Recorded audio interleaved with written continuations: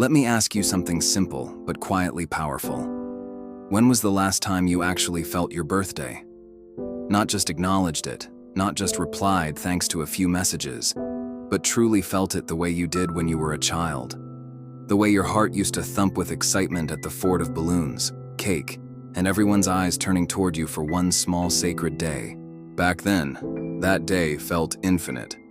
The sun seemed brighter, laughter sounded fuller, and every small moment, a candle flickering, someone whispering your name before the song, felt like proof that you mattered. The world, for once, revolved around you, and you didn't question whether you deserved it. You just belonged to the moment completely. But somewhere along the way, that effortless belonging faded. Maybe it was the first time someone forgot, or the first time you compared your own small celebration to someone else's grand one. Or maybe it was the slow erosion of wonder, replaced by something quieter, a kind of emotional numbness that comes not from apathy, but from growing up. Because adulthood has a way of teaching us that joy must be earned. Now, fast forward to adulthood. The same date comes and goes, but it feels like any other day. You wake up, maybe get a few notifications, maybe your mom calls, and then you move on. You tell people you don't really celebrate. You say you don't care. You say it's just another day. But deep down, there's often a quiet negotiation happening inside. A small, almost imperceptible conversation between who you were and who you've become.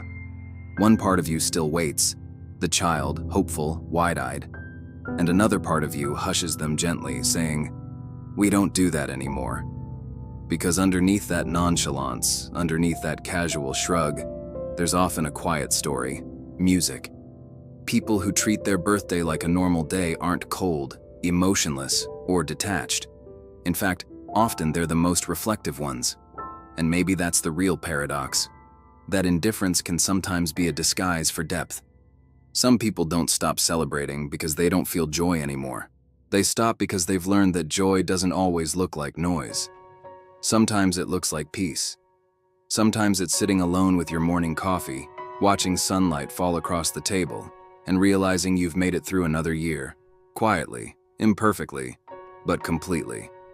For some, this shift isn't sadness, it's transformation. It's the realization that celebration doesn't have to be performative. That presence itself, breathing, existing, enduring, can be sacred enough. The ones who have learned to hide their expectations because disappointment taught them to. And disappointment, when repeated enough times, doesn't just change how you think. It rewires how you feel. Over time, your brain stops releasing the same little bursts of dopamine it once did at the thought of being celebrated. Anticipation becomes uncomfortable. You stop checking your phone as much.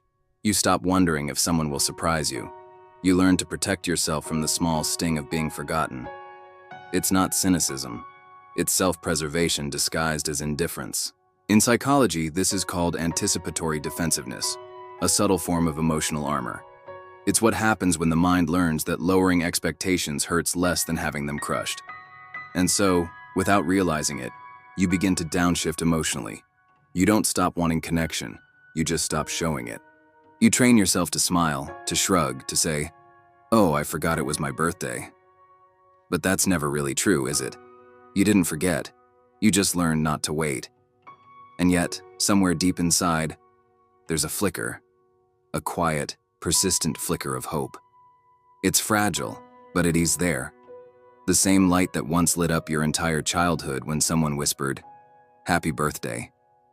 It never dies completely. It just learns to live in smaller spaces, to breathe quietly beneath layers of composure. Birthdays, after all, are strange psychological mirrors. They hold up a reflection not just of age but of attention, of how visible or invisible we feel in the world. And the truth is, few things reveal that faster than how people treat their own existence when it's supposed to be acknowledged. There is something haunting about the moment you realize you've outgrown the expectation of being seen. It's not liberation. It's a quiet ache, like missing a language you used to speak fluently, but can no longer find the words for. You remember the feeling of joy, but you can't access it in the same way. Because now, joy feels conditional, earned. It's wrapped in responsibilities, bills, fatigue, and the steady hum of adulthood. But the human heart was never built to run on logic alone. It still longs for ritual. It still wants moments that break routine and whisper, "You matter." And when those moments fade, something tender within you does too. So people adapt. They fill that space with other forms of recognition, a quiet reflection, a walk alone, an unspoken gratitude that they've made it another year. But even as they do, a part of them quietly asks, would it be so wrong if someone still remembered? Because even the strongest people, the ones who act like birthdays mean nothing, still glance at the clock near midnight, wondering if anyone will notice the date.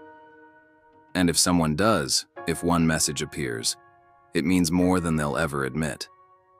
Psychologically, birthdays are emotional mirrors. They reflect how you feel about being alive, how you relate to attention, and how comfortable you are being seen. And maybe that's why they can be so quietly unsettling. Because mirrors don't lie. They don't flatter or exaggerate. They show us where we are. Not in years, but in presence. A birthday, stripped of all the decorations, is really a confrontation with the self. It's the mind's way of saying, another year has passed. How are you really doing? Most people don't realize it, but birthdays trigger the same neural pathways as moments of self-evaluation. That's why they can feel heavier than we expect. You're not just counting candles. You're subconsciously measuring growth, loss, change, and unspoken dreams. The brain, always pattern-seeking, compares this year to the last, often in silence. And in that comparison, something tender surfaces. Sometimes pride, sometimes regret. When someone says, "I don't care about my birthday," it often hides a more complex truth. They might not want to look in that mirror too long. Because to truly look means to face the distance between who you are and who you once imagined you'd be. It's a quiet reckoning that can be both sacred and painful. And yet, within that discomfort lies something profoundly human. Awareness. The ability to pause and see yourself not as a timeline of achievements, but as a collection of moments survived, lessons absorbed, and emotions endured. That awareness, even when painful, is a form of self-recognition. And self-recognition, though often misunderstood, is one of the deepest needs we have. Think about it. Even as adults, we never stop seeking evidence that we exist in someone's world. That we matter enough to be remembered, even for a day. It's not vanity, it's validation of presence. To be seen, not for what you've done, but simply for being here. There's a certain poetry in that longing. Because the desire to be remembered on your birthday is really the desire to be remembered in general. To know that your presence ripples outward in ways you can't always measure. And when that recognition doesn't come, when the day passes quietly, the silence can feel louder than any noise. But maybe that silence isn't empty. Maybe it's an invitation, a space for you to see yourself with the same tenderness you once hoped others would offer. Because that's where healing begins. Not in waiting for others to notice you, but in learning to notice yourself again.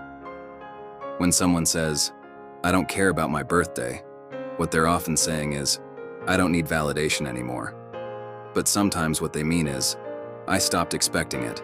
And that difference, though small in words, is vast in meaning. One is peace, the other is resignation. One comes from inner fullness, the other from quiet depletion. And most people can't tell which one they reliving in until the day passes, and they realize how heavy just another day can feel when no one truly sees you in it. That war is the subtle wound behind indifference. It is not that you don't want to be celebrated. It's that you've taught yourself not to want what you might not receive. Over time, this becomes emotional conditioning. The brain, like a cautious child, learns to flinch less by expecting less. It's a survival mechanism, not a personality trait. It's your nervous system's way of saying, "Let's not open that door again. It's cold outside." Psychologists call this process adaptive detachment. When the mind distances itself from emotional experiences, it associates with inconsistency or pain. It seeks the same mechanism that helps people stay calm in chaos, but also keeps them from fully feeling joy. Because when you close the door to disappointment, you also close the door to surprise. You become safe, but numb. And that's the hidden cost of maturity. We often trade emotional safety for emotional aliveness. We stop risking vulnerability because somewhere along the line, being let down hurt more than being invisible. So now, invisibility feels like control. But control is not peace. It's a truce with fear. Think about it. How many adults brush off their birthdays, not because they're indifferent, but because indifference feels more dignified than longing? It's easier to laugh it off than to admit, even to yourself, that part of you still hopes for a message that never comes. This is why emotional self-protection is both brilliant and tragic. It keeps you standing, but it also keeps you untouched. It's the armor that saves you from disappointment, and simultaneously prevents the warmth of genuine connection from reaching you. You convince yourself that you're fine without it, but a small part of you always listens for the sound of your name. And maybe that is the quiet truth behind adulthood, as calm exterior. Everyone here as pretending not to need anything. Everyone's trying to look composed. But beneath the composure, there's a chorus of silent wishes. The wish to be remembered, the wish to be acknowledged, the wish to still matter in someone's mind. So when you meet someone who says their birthday doesn't matter, believe them, but also see them. Because what they're really showing you isn't disinterest, it's courage. The courage it takes to keep showing up for life, even when celebrations stop showing up for them. There's a difference between maturity and emotional withdrawal, and birthdays have a strange way of showing us which one we've leaned into. Because on the surface, they can look the same. Both are quiet, composed, and seemingly unbothered. But the energy underneath is completely different. Maturity whispers, "I am content." Withdrawal murmurs, "I stopped expecting." Maturity carries peace. Withdrawal carries fatigue disguised as calm. And the line between the two is razor thin. So thin that most people cross it without ever realizing they have. You can tell the difference if you listen closely. Not to words, but to pauses. When someone says, "I don't make a big deal out of it anymore," maturity says it with softness. Withdrawal says it with a hint of hesitation, like they're still convincing themselves that the numbness is comfort. And that subtle tremor reveals everything, because deep down, no one is born desiring indifference. We all begin with wonder. As children, we crave acknowledgement, because acknowledgement is oxygen to the developing self. Every smile, every word of celebration tells us, "You exist." It anchors us in belonging. But when that oxygen becomes scarce, when affection is inconsistent, when love feels earned, the child learns a painful lesson. It is safer to expect nothing than to need something and be denied. That belief doesn't disappear with age. It just puts on adult clothes. It becomes politeness, independence, composure. The adult says, "I don't need anyone to remember." But the inner child still waits, still checks the phone, still glances at the door, still imagines what it would feel like to be seen without asking. And that's the paradox of emotional evolution. The older we get, the better we become at hiding the child who never stopped waiting. We bury them beneath responsibilities and routines, but their voice doesn't vanish. It just gets quieter, harder to hear, until days like birthdays come along and suddenly that whisper echoes again. Does anyone still see me? In therapy, this is sometimes called the reactivation of the attachment wound, the moment when an ordinary event reopens an old pattern of longing and disappointment. Birthdays, anniversaries, even holidays can do it. They're emotional checkpoints where the subconscious measures not just time, but connection. And yet, this awareness doesn't have to be tragic. It can be liberating. Because when you finally recognize that ache not as weakness, but as memory, when you stop judging yourself for wanting to be remembered, you begin to heal. You start to give yourself the things you once waited for. You start to become the witness your younger self always needed. That's the quiet turning point. When emotional withdrawal softens back into maturity. When indifference transforms into grounded acceptance. When you stop pretending you don't care, not because you've given up on others, but because you've finally learned how to show up for yourself. Some people genuinely grow out of birthday excitement, not out of sadness, but out of peace. It's a quiet evolution, Not a loss of joy, but a refinement of it. Where once the thrill came from attention, now it comes from awareness. Where once the joy was about being celebrated by others, now it's about being at peace with yourself. There's a kind of beauty in that shift, like a flame that no longer needs to burn wildly to give off warmth. These people haven't become colder. They've simply discovered a different rhythm of happiness. Their celebrations aren't loud anymore, but they are sincere. Maybe they wake up early, watch the sunrise, feel the morning air on their skin and think, "I'm still here." And that single thought, simple yet profound, carries more meaning than a room full of balloons ever could. Psychologists sometimes describe this as emotional regulation through meaning, the process by which the mind replaces external stimulation with internal resonance. The same way a child once felt seen through gifts and praise, an adult begins to feel seen through understanding, through moments of reflection, through the knowledge that their existence itself has texture, history, and purpose. But that peace isn't always immediate. It's learned through contrast, through years of disappointment, through realizing that not every person who promises to remember you will, and not every party leaves you feeling less alone.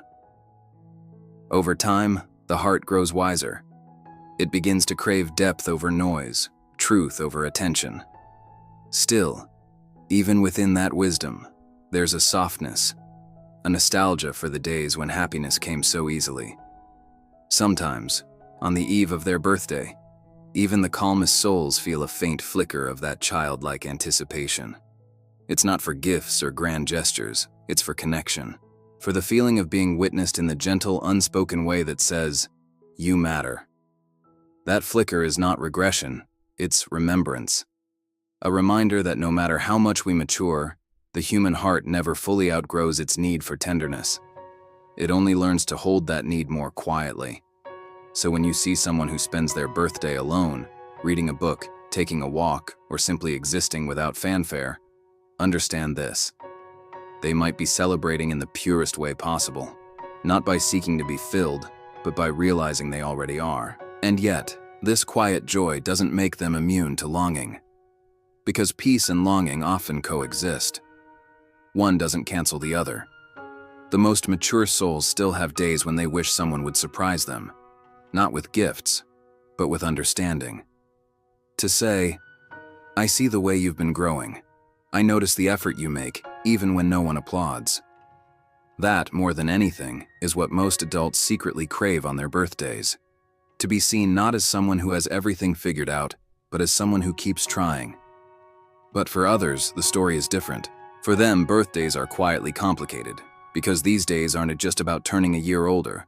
They re-emotional time capsules. The date arrives like a subtle knock on the door of the subconscious, and behind it waits every version of you that's ever felt unseen. Birthdays have a strange way of stitching time together. Past, present, and future, all in one breath. And sometimes that's overwhelming. You might not even realize why the day feels heavy until you catch yourself scrolling through your phone, staring at messages that haven't arrived yet, and feeling a dull ache you can't quite name. That ache isn't vanity. It's memory.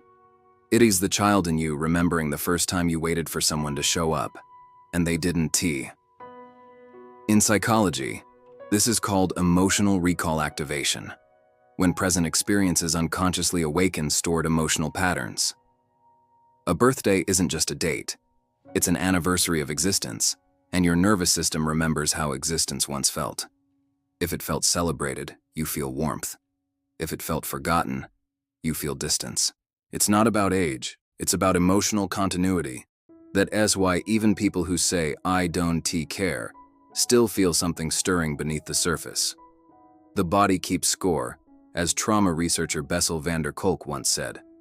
And the heart, even when armored, still remembers what attention used to mean. Sometimes this emotional undercurrent expresses itself subtly. A strange restlessness, a sudden fatigue, a desire to stay offline. It's not sadness exactly, but a kind of emotional static. You might tell yourself you're fine, but part of you still listens for something. A text, a voice, a moment of recognition that confirms you're still seen. And that's what makes quiet birthdays so psychologically fascinating. They reveal our relationship with visibility. For some, being unseen feels peaceful, a form of control, a shield from chaos. For others, it feels like erasure, proof that they could vanish and the world would barely ripple. Most people exist somewhere in between, oscillating between the desire for peace and the ache for proof. It is a dance between solitude and belonging, between wanting to be left alone and wanting someone to notice that you are alone. And that contradiction doesn't make you weak, it makes you human. Because longing isn't the opposite of peace, it's what gives peace its shape. In truth, birthdays expose how we define worth. They ask, do you feel valuable without applause? Do you still matter to yourself when the room is quiet? These questions aren't comfortable, but they're sacred. They strip away performance and return you to essence. And maybe that is the hidden gift inside a lonely birthday. It forces you to look inward, to become your own witness, to say, I am still here, even if no one else says it today. That is not loneliness. That is reclamation. So, instead of saying, this year, I hope someone remembers, they say, it's just another day. It's protection disguised as indifference. Because the mind, after being let down enough times, begins to build walls so subtle they feel like strength. You start to believe that caring less is maturity, that expecting nothing is wisdom. But in truth, it's self-preservation, a kind of quiet armor crafted out of disappointment. You lower the bar not because you don't want connection, but because you're tired of the ache that comes when it doesn't arrive. It's not coldness, it's exhaustion disguised as composure. Every "it's fine" hides a sigh that says, I just don't have the energy to hope anymore. Psychologists call this emotional numbing, the brain's attempt to dampen both pain and joy in order to protect itself. It's the psyche's emergency system. When joy repeatedly leads to hurt, it begins to neutralize both. The result is a strange kind of calm, one that looks peaceful from the outside but feels hollow within. And that's why so many adults treat their birthdays like routine. It's not that the day means nothing, it's that meaning has become risky. Because meaning, to the emotionally scarred, always comes with an echo of potential loss. So they choose stability over thrill, control over vulnerability. It's like touching a flame as a child and learning to never reach out again. Over time, self-protection becomes second nature. You stop looking forward to things because anticipation itself becomes a trigger. Excitement feels dangerous, hope feels naive. But here's the paradox. When you protect yourself from disappointment, you also block yourself from genuine joy. The same walls that keep pain out also keep tenderness from coming in. Eventually, you forget how to receive warmth altogether. Compliments feel awkward. Surprises make you tense. Kindness feels suspicious. You start to reject the very thing you crave because safety feels easier than openness. And yet, no matter how high the walls become, the heart still listens. It listens for sincerity, for the soft proof that maybe not everyone will forget.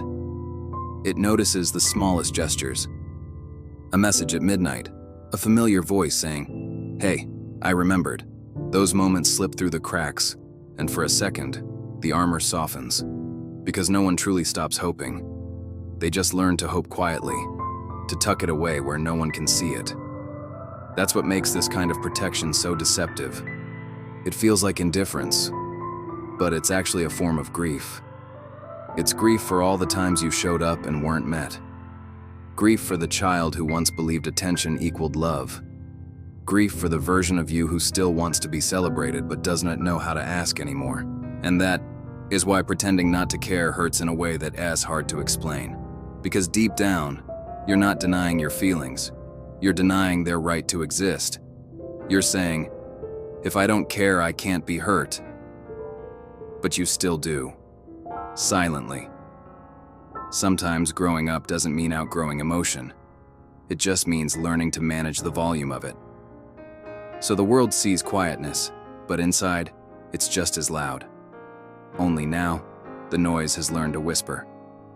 So the world sees quietness, but inside, it's just as loud.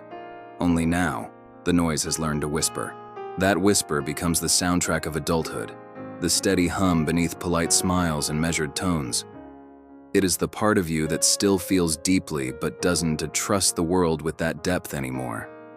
It's the reason why you say, "I'm fine," even when you're quietly unraveling. Because somewhere along the way, you learned that vulnerability often comes with consequences. Psychologists call this emotional overregulation, when you become so skilled at managing your feelings that you begin to suppress them entirely. It's like turning the volume down on your inner world until everything sounds distant. You stop crying when you're hurt. You stop celebrating when you're happy. You live inside an emotional grayscale, safe, but muted. And that's what many people mean when they say, "I don't care about birthdays anymore." What they really mean is, "I've learned to survive without emotional spikes." Because both joy and pain feel unpredictable, and unpredictability once meant danger.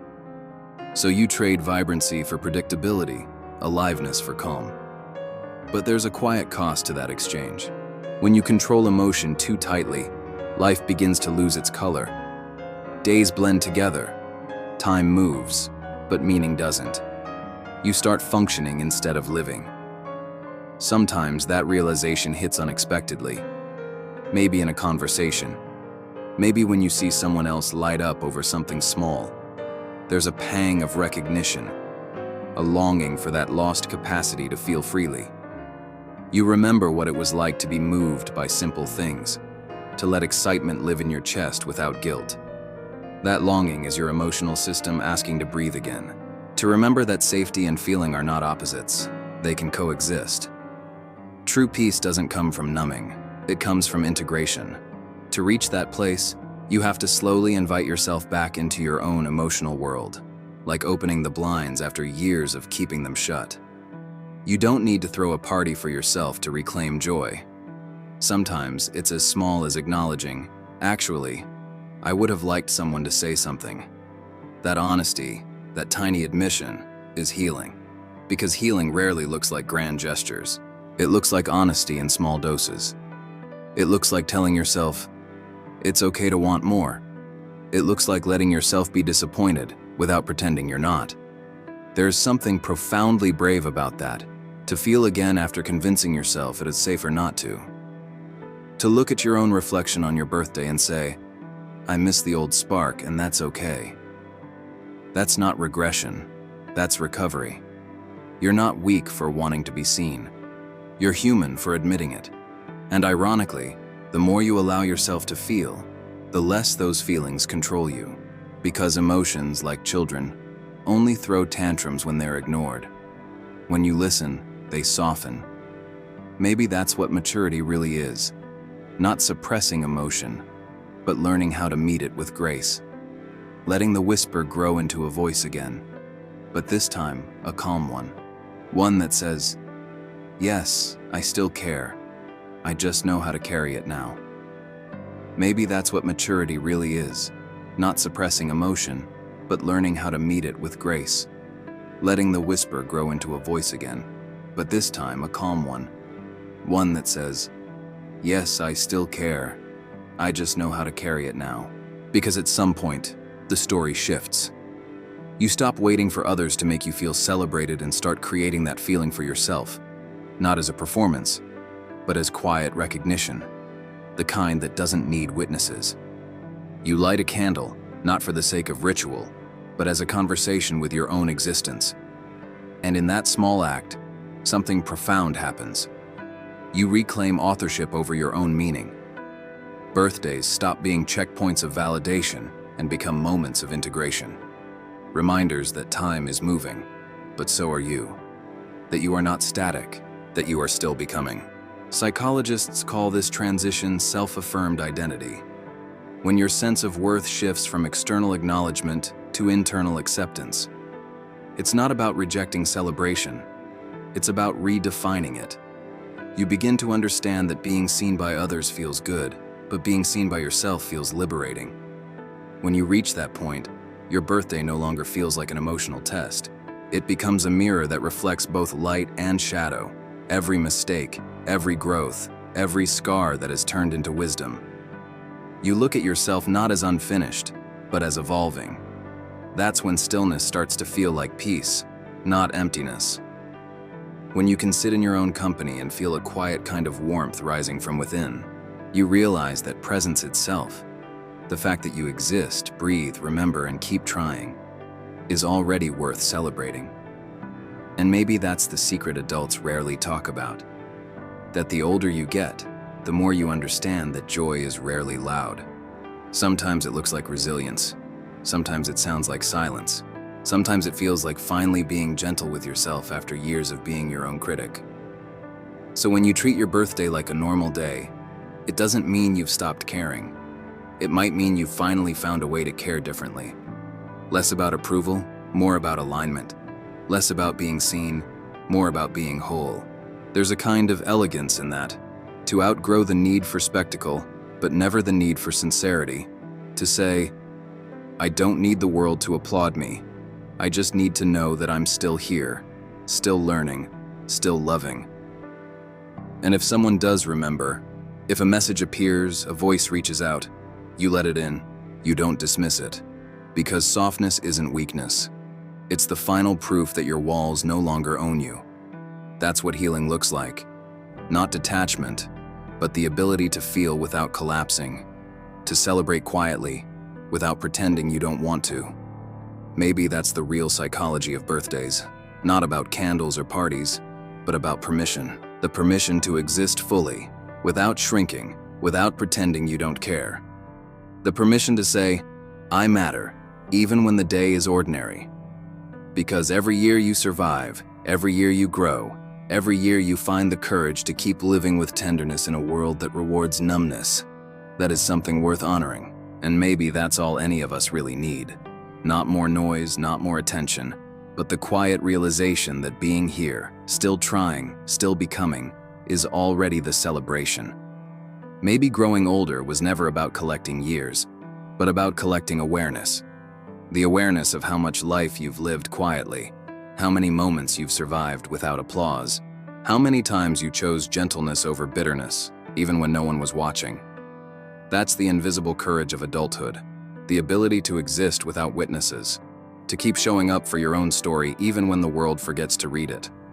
And maybe that's what birthdays are meant to remind us of. Not how old we are, but how far we've come.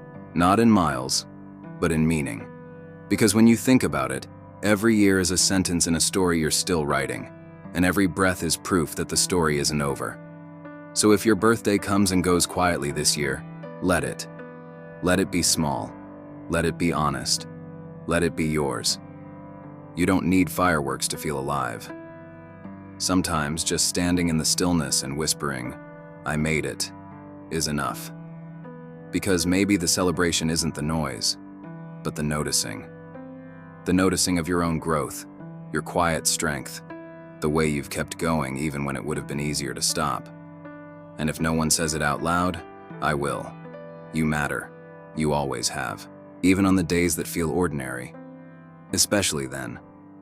So here's to another year of quiet revolutions, of becoming softer, wiser, and more whole.